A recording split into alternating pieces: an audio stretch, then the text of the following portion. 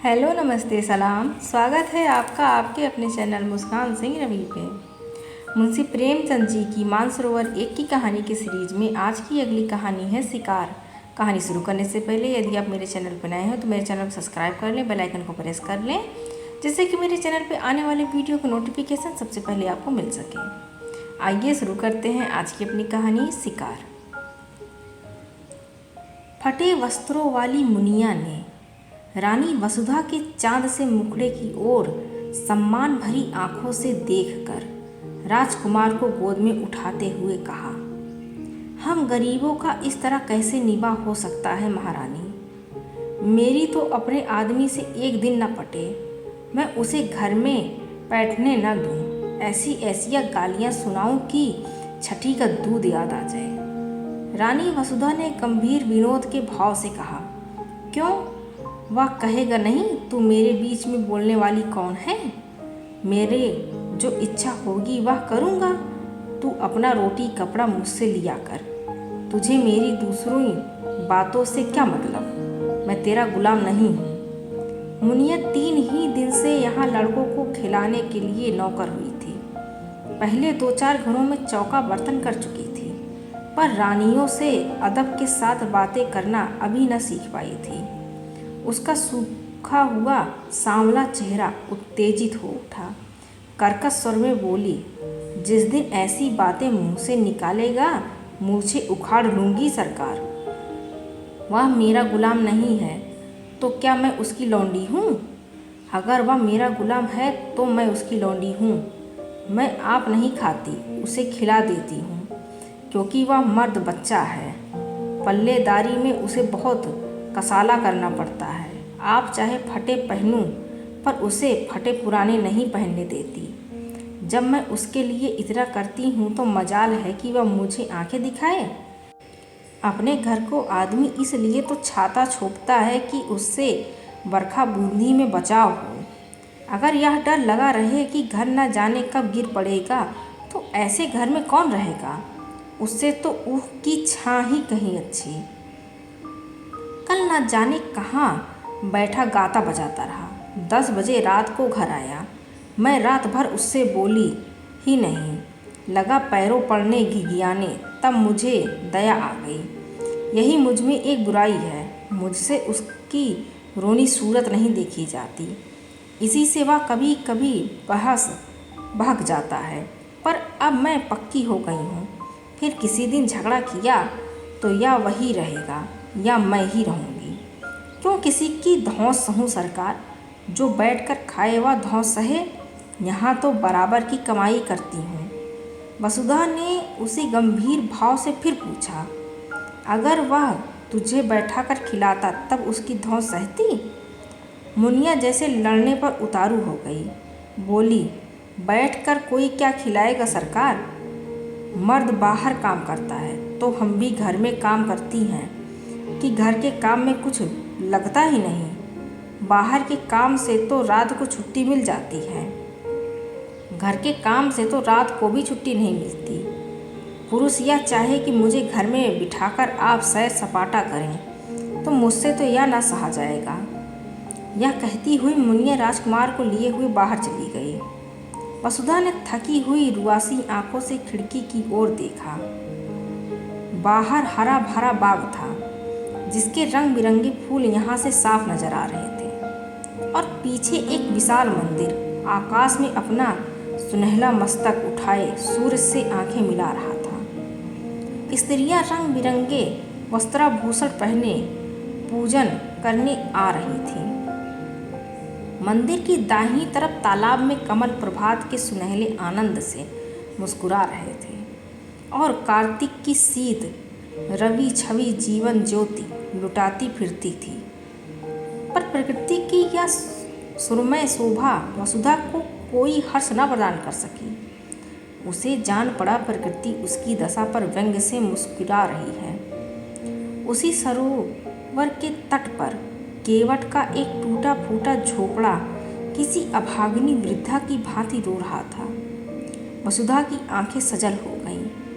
पुष्प और उद्यान के मध्य में खड़ा वह सूना झोपड़ा उसके विशाल और ऐश्वर्य से घिरे हुए मन का सजीव मित्र था। उसके जी में आया जाकर झोपड़े के गले लिपट जाऊं और खूब रोऊं। वसुधा को इस घर में आए 5 वर्ष हो गए। पहले उसने अपने भाग को सराहा था। माता पिता के छोटे से कच्चे आनंदहीन घर को छोड़कर वह एक विशाल भवन में आई थी, जहाँ संपत्ति उसके पैरों को चूमती हुई जान पड़ती थी। उस समय संपत्ति ही उसकी आंखों में सब कुछ थी। पति प्रेम गौड़ सी वस्तु थी, पर उसका लोभी मन संपत्ति पर संतुष्ट न रह सका। पति प्रेम के लिए हाथ फैलाने लगा। कुछ दिनों में उसे मालूम हुआ, मुझे परम रत्न भी मिल गया, पर थोड़े ही दिनों में वह भ्रम जाता रहा। कुंवर गजराज सिंह रूपवान थे, उदार थे, बलवान थे, शिक्षित थे, विनोद प्रिय थे और प्रेम का अभिनय भी करना जानते थे। उनके जीवन में प्रेम से कंपित होने वाला तार न था। वसुधा का खिला हुआ यौवन और देवताओं को भी लुभाने वाला रूप रंग केवल विनोद का सामान था। घुड़दौड़ और शिकार, सट्टे और मकार जैसे सनसनी पैदा करने वाले मनोरंजन में प्रेम दबकर पीला और निर्जीव हो गया था। और प्रेम से वंचित होकर वसुधा की प्रेम तृष्णा अब अपने भाग्य को रोया करती थी। 2 पुत्र रत्न पाकर भी वह सुखी न थी। कुंवर साहब 1 महीने से ज़्यादा हुआ शिकार खेलने गए हैं और अभी तक लौटकर नहीं आए। और ऐसा पहला ही अवसर न था। हाँ, अब की उनकी अवधि बढ़ गई थी। पहले वह 1 सप्ताह में लौट आते थे, फिर 2 सप्ताह का नंबर चला और अब कई बार से 1-1 महीने की खबर लेने लगे। साल में 3-3 महीने शिकार की भेंट हो जाते थे। शिकार से लौटते तो घुड़दौड़ का राग छिड़ता, कभी मेरठ, कभी पूना, कभी बम्बई, कभी कलकत्ता। घर पर ही रहते तो अधिकतर लंपट रईस जादव के साथ गप्पे उड़ाया करते। पति के यह रंग ढंग देखकर वसुधा मन ही मन कुड़ती और घुलती जाती थी। कुछ दिनों से हल्का हल्का ज्वर भी रहने लगा था।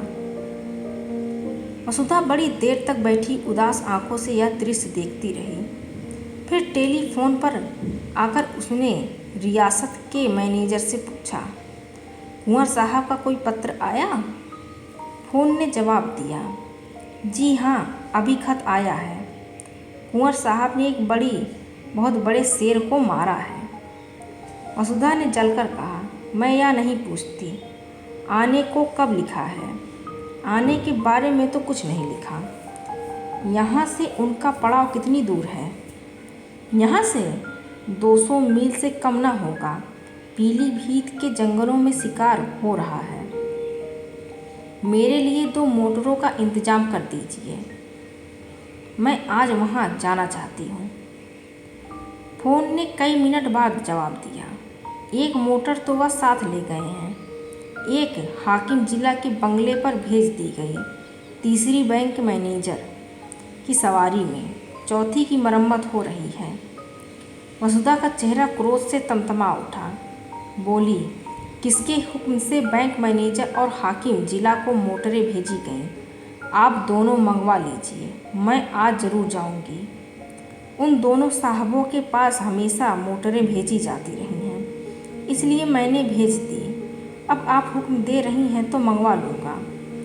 वसुधा ने फ़ोन से आकर सफ़र का सामान ठीक करना शुरू किया।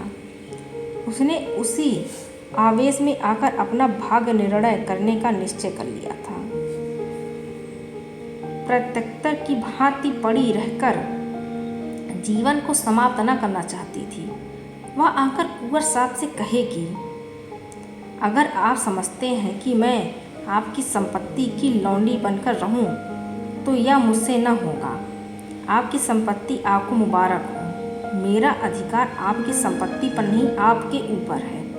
अगर आप मुझसे जौ भर हटना चाहते हैं तो मैं आपसे हाथ भर हट जाऊंगी। इस तरह की और कितनी ही विराग भरी बातें उसके मन में बकुलों की भांति उठ रही थी। डॉक्टर साहब ने द्वार पर आकर पुकारा, मैं अंदर आऊं? वसुधा ने नम्रता से कहा, आज क्षमा कीजिए, मैं जरा पीलीभीत जा रही हूँ। डॉक्टर ने आश्चर्य से कहा, आप पीलीभीत जा रही हैं? आपका ज्वर चढ़ जाएगा। इस दशा में मैं आपको जाने की सलाह न दूंगा। वसुधा ने विरक्त स्वर में कहा, बढ़ जाएगा, बढ़ जाए, मुझे इसकी चिंता नहीं है। वृद्ध डॉक्टर पर्दा उठाकर आ गया और वसुधा के चेहरे की ओर ताकता हुआ बोला, लाइए, मैं टेम्परेचर ले लूँ। अगर टेम्परेचर बड़ा होगा तो मैं आपको हरगिज़ न जाने दूंगा। टेम्परेचर लेने की ज़रूरत नहीं, मेरा इरादा पक्का हो गया है। स्वास्थ्य पर ध्यान रखना आपका पहला कर्तव्य है। वसुधा ने मुस्कुरा कर कहा, आप निश्चिंत रहिए, मैं इतनी जल्दी मरी नहीं जा रही हूँ। फिर अगर किसी बीमारी की दवा मौत ही हो तो आप क्या करेंगे? डॉक्टर ने दो एक बार आग्रह किया, फिर विस्मय से सिर हिलाता चला गया। रेलगाड़ी से जाने में आखिरी स्टेशन से 10 कोस तक जंगली सुनसान रास्ता तय करना पड़ता था, इसलिए कुंवर साहब बराबर मोटर ही पर जाते थे। वसुधा ने उसी से जाने का निश्चय किया। 10 बजते बजते दोनों मोटरें आईं। वसुधा ने ड्राइवरों पर गुस्सा उतारा, अब मेरे हुक्म के बगैर कहीं मोटर ले गए तो मोटर का किराया तुम्हारी तलब से काट लोगे। अच्छी दिल लगी है, घर को रोए बन की गायें। हमने अपने आराम के लिए मोटरें रखी हैं, किसी की खुशामद करने के लिए नहीं। जिसे मोटर पर सवार होने का शौक हो वो मोटर खरीदे, या नहीं कि हलवाई की दुकान देखी और दादे का फातिहा पढ़ने बैठ गए। वह चली तो दोनों बच्चे कुनमुनाए, मगर जब मालूम हुआ कि अम्मा बड़ी दूर हवा को मारने जा रही हैं तो उनका यात्रा प्रेम ठंडा पड़ गया। वसुधा ने आज सुबह से उन्हें प्यार न किया था। उसने जलन में सोचा है, मैं ही क्यों इन्हें प्यार करूं? मैंने ही इनका ठेका लिया है। वह तो वहाँ जाकर चैन करें और मैं यहाँ इन्हें छाती से लगाए बैठी रहूं। लेकिन चलते समय माता का हृदय पुलक उठा। दोनों को बारी बारी से गोद में लिया, चूमा, प्यार किया और घंटे भर में लौट आने का वचन देकर वह सजल नेत्रों के साथ घर से निकली। मार्ग में भी उसे बच्चों की याद बार बार आती रही। रास्ते में कोई गांव आ जाता और छोटे छोटे बालक मोटर की दौड़ देखने के लिए घरों से निकल आते और सड़क पर खड़े होकर तालियां बजाते हुए मोटर का स्वागत करते, तो वसुधा का जी चाहता उन्हें गोद में उठाकर प्यार कर लूं। मोटर जितने वेग से आगे जा रही थी उतने ही वेग से उसका मन सामने के वृक्ष समूहों के पीछे की ओर उड़ा जा रहा था। कई बार इच्छा हुई घर लौट चलूं। जब उन्हें मेरी रत्ती भर परवाह नहीं तो मैं ही क्यों उनकी फिक्र में प्राण दूं। जी चाहे आवे या न आवे। लेकिन एक बार पति से मिलकर उसने खरी खरी बात करने के प्रलोभन को वह न रोक सकी। सारी देह थककर चूर चूर हो रही थी, ज्वर भी हो आया था, सिर पीड़ा से फटा पड़ता था, पर वह संकल्प से सारी बाधाओं को दबाए आगे बढ़ती जाती थी। यहाँ तक कि जब वह 10 बजे रात को जंगल के उस डाक बंगले में पहुँची तो उसे तन बदन की सुधि न थी। जोर का जोर चढ़ा हुआ था। शोर की आवाज़ सुनते ही कुंवर साहब निकले आए और पूछा, तुम यहाँ कैसे आए जी, कुशल तो है? सोफर ने समीप आकर कहा, रानी साहब आई हैं हुजूर, रास्ते में बुखार हो आया, बेहोश पड़ी हुई हैं। कुंवर साहब ने वहीं खड़े कठोर सुर में पूछा, तो तुम्हें वापस क्यों न ले गए? क्या तुम्हें मालूम नहीं था यहाँ कोई वैध हाकिम नहीं है? सोफर ने सिटपिटाकर जवाब दिया, हुजूर वह किसी तरह मानती ही ना थी तो मैं क्या करता। कुंवर साहब ने डांटा, चुप रहो जी, बातें न बनाओ। तुमने समझा होगा शिकार की बहार देखेंगे और पड़े पड़े सोएंगे। तुमने वापस चलने को कहा ही ना होगा। सोफर, वह मुझे डांटती थी हुजूर। तुमने कहा था? मैंने कहा तो नहीं हुजूर। बस तो चुप रहो, मैं तुमको भी पहचानता हूँ। तुम्हें मोटर लेकर इसी वक्त लौटना पड़ेगा। और कौन कौन साथ है? सोफर ने दबी हुई आवाज़ में कहा, एक मोटर पर बिस्तर और कपड़े हैं, एक पर खुद रानी साहिबा हैं, यानी और कोई साथ नहीं है। हुजूर, मैं तो हुक्म का ताबेदार हूँ, बस चुप रहो। यूँ झल्लाते हुए कुंवर साहब वसुधा के पास गए और आहिस्ता से पुकारे। जब कोई जवाब न मिला तो उन्होंने धीरे से उसके माथे पर हाथ रखा। सिर गर्म तवा हो रहा था। उस ताप ने मानो उसकी सारी क्रोध ज्वाला को खींच लिया। लपक कर बंगले में आए, सोए हुए आदमियों को जगाया, पलंग बिछवाया, अचेत वसुधा को गोद में उठाकर कमरे में लाए और पलंग पर लिटा दिया। फिर उसके सिरहने खड़े होकर उसे व्यथित नेत्रों से देखने लगे। उस धूल से भरे मुखमंडल और बिखरे हुए रजरंजित केसों में आज उन्होंने आगरामय प्रेम की झलक देखी। अब तक उन्होंने वसुधा को विलासिनी के रूप में देखा था, जिसे उनके प्रेम की परवाह न थी, जो अपने बनाव श्रृंगार ही में मग्न थे। आज धूल के पाउडर और पोमेट में वह उसके नारित्व का दर्शन कर रहे थे। उसमें कितना आग्रह था, कितनी लालसा थी। अपनी उड़ान के आनंद में डूबी हुई अब वह पिंजरे के द्वार पर आकर पंख फड़फड़ा रही थी। पिंजरे का द्वार खुलकर क्या उसका स्वागत न करेगा? रसोइये ने पूछा, क्या सरकार अकेले आई हैं? कुंवर साहब ने कोमल कंठ से कहा, हाँ जी, और क्या, इतने आदमी हैं, किसी को साथ न लिया। आराम से रेलगाड़ी से आ सकती थी, यहाँ तो मोटर भेज दी जाती। मन ही तो है, कितने जोर का बुखार है कि हाथ नहीं रखा जाता। जरा सा पानी गर्म करो और देखो, कुछ खाने को बना लो। रसोइये ने सोचा, ठाकुर सोहाती की 100 कोस की दौड़ बहुत होती है सरकार। सारा दिन बैठे बैठे बीत गया। कुंवर साहब ने वसुधा के सिर के नीचे तकिया सीधा करके रखा। कचूमर तो हम लोगों का निकल जाता है, 2 दिन तक कमर नहीं सीधी होती, फिर इनकी क्या बात है। ऐसी बेहुदा सड़क दुनिया में न होगी। यह कहते हुए उन्होंने एक शीशी से तेल निकाला और वसुधा के सिर में मलने लगे। वसुधा का ज्वर 21 दिन तक न उतरा।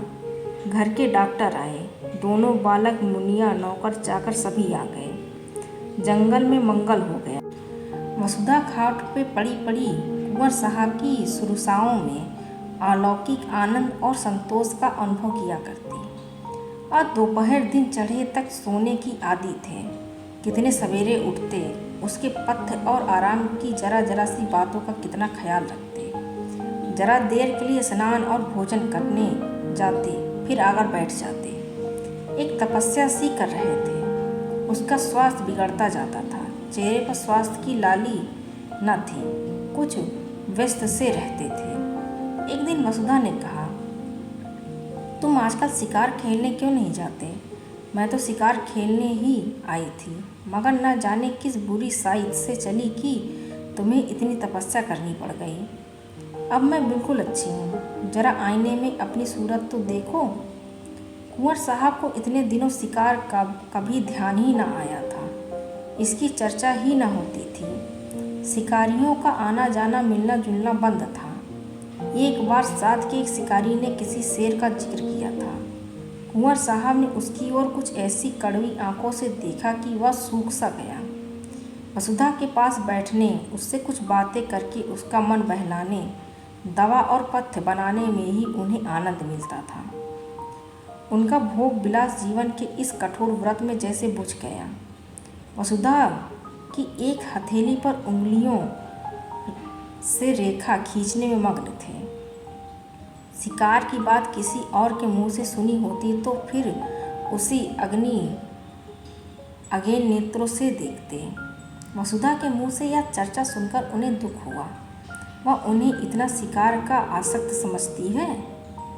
आमर्ष भरे स्वर में बोले, हाँ, शिकार खेलने का इससे अच्छा और कौन सा अवसर मिलेगा।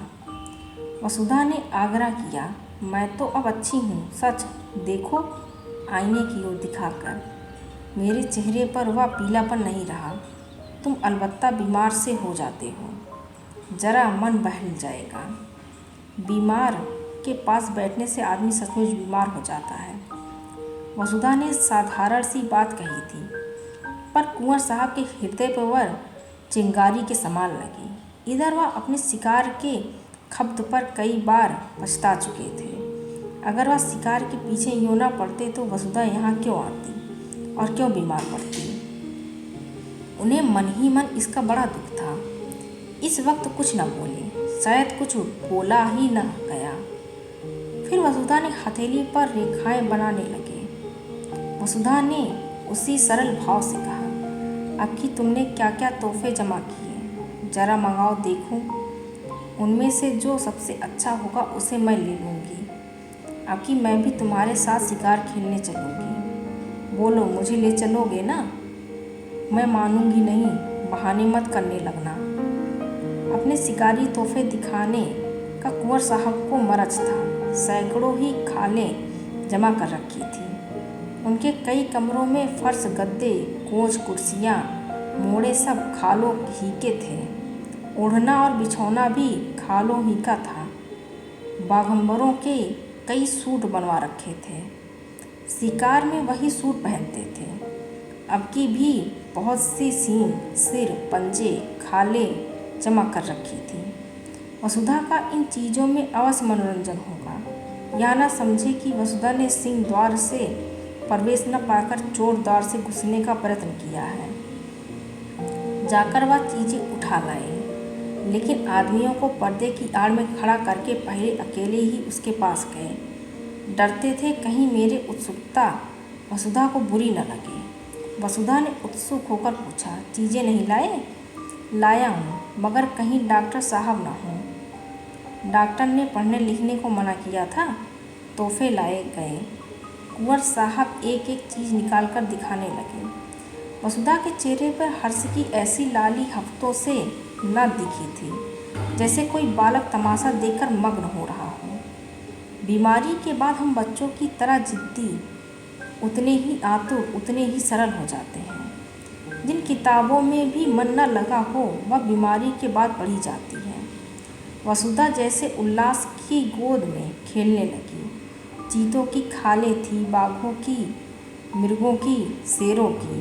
वसुधा हर एक खाल नई उमंग से देखती, जैसे बाइस्कोप के एक चित्र के बाद दूसरा चित्र आ रहा हो। कुंवर साहब एक एक तोहफे का इतिहास सुनाने लगे। यह जानवर कैसे मारा गया, उसके मारने में क्या क्या बाधाएं पड़ी, क्या क्या उपाय करने पड़े, पहले कहाँ गोली लगी आदि। वसुधा हर एक की कथा आंखें फाड़ फाड़ कर सुन रही थी। इतना सजीव, स्फूर्तिमय आनंद उसे आज तक किसी कविता, संगीत या आमोद में भी न मिला था। सबसे सुंदर एक सिंह की खाल थी, वही उसने छाटी।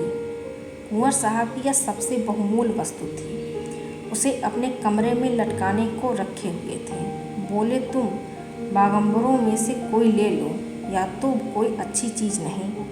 वसुधा ने खाल को अपनी ओर खींचकर कहा, रहने दीजिए अपनी सलाह, मैं खराब ही लूँगी। कुंवर साहब ने जैसे अपनी आंखों से आंसू पोंछकर कहा, तुम ही ले लो, मैं तो तुम्हारे ख्याल से कह रहा था। मैं फिर वैसे ही मार लूँगा। तो तुम मुझे चकमा क्यों देते थे? चकमा कौन देता था? अच्छा, खाओ मेरे सिर की कसम कि यह सबसे सुंदर खाल नहीं है।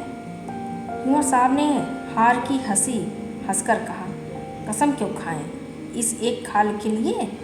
ऐसी ऐसी 1,00,000 खालें हों तो तुम्हारे ऊपर न्यौछावर कर दूँ। जब शिकारी सब खाले लेकर चला गया तो कुंवर साहब ने कहा, मैं इस खाल पर काली ऊन से अपना समर्पण लिखूंगा। वसुधा ने थकान से पलंग पर लेटते हुए कहा, अब मैं भी शिकार खेलने चलूँगी। फिर वह सोचने लगी, वह भी कोई शेर मारेगी और उसकी खाल पति देव को भेंट करेगी। उस पर लाल ऊन से लिखा जाएगा, प्रियतम। जिस ज्योति के मंद पड़ जाने से हर एक व्यापार, हर एक व्यंजन पर अंधकार छा गया था, वह ज्योति अब प्रदीप्त होने लगी थी।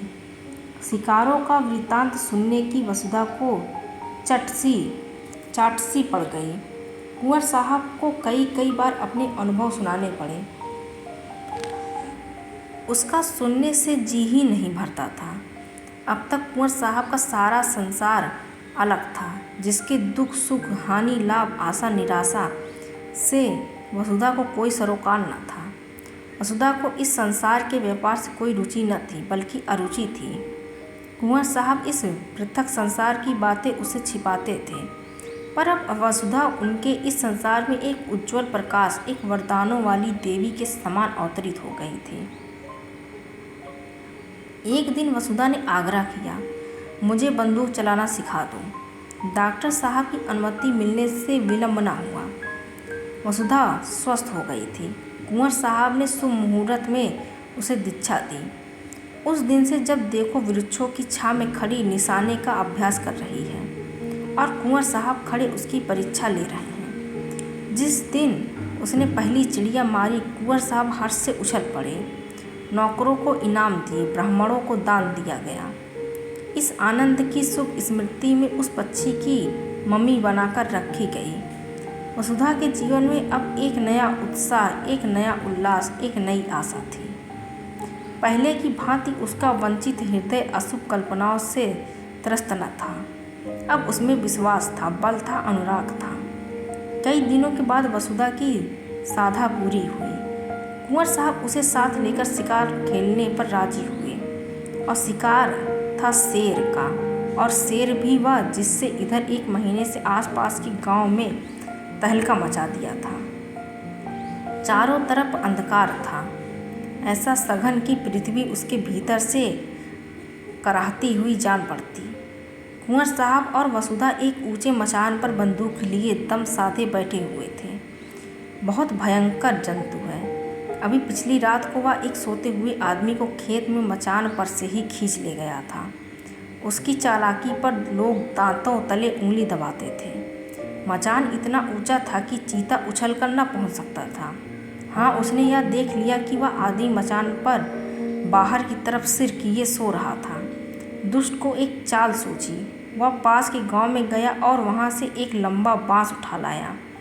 बांस के एक सिरे को उसने दांत से कुचला, और जब उसकी कच्ची सी बन गई तो उसे न जाने अगले पंजे या दांतों से उठाकर सोने वाले आदमी के बालों में फिराने लगा। वह जानता था बाल बांस के रेशों में फंस जाएगा। एक झटके में वह अभागा आदमी नीचे आ रहा। इसी मानस भक्षी चीते की घात में दोनों शिकारी बैठे हुए थे। नीचे कुछ दूर पर भैंसा बांधा गया था और शेर के आने की राह देखी जा रही थी। कुंवर साहब शांत थे, पर वसुधा की छाती धड़क रही थी। जरा सा भी पत्ता खड़कता तो वह चौंक पड़ती और बंदूक सीधी करने के बदले में चौंक कर कुंवर साहब से चिपक जाती। कुंवर साहब बीच बीच में उसकी हिम्मत बांधते जाते थे। ज्यों ही भैंसे पर आया, मैं उसका काम तमाम कर दूंगा, तुम्हारी गोली की नौबत ही ना आने पावेगी, वसुधा ने सिहर कर कहा। और जो कहीं निशाना चूक गया तो उछलेगा, तो फिर दूसरी गोली चलेगी। तीनों बंदूकें तो भरी तैयार रखी हैं। तुम्हारा जी घबराता तो नहीं? बिल्कुल नहीं। मैं तो चाहती हूँ पहला मेरा निशाना होता।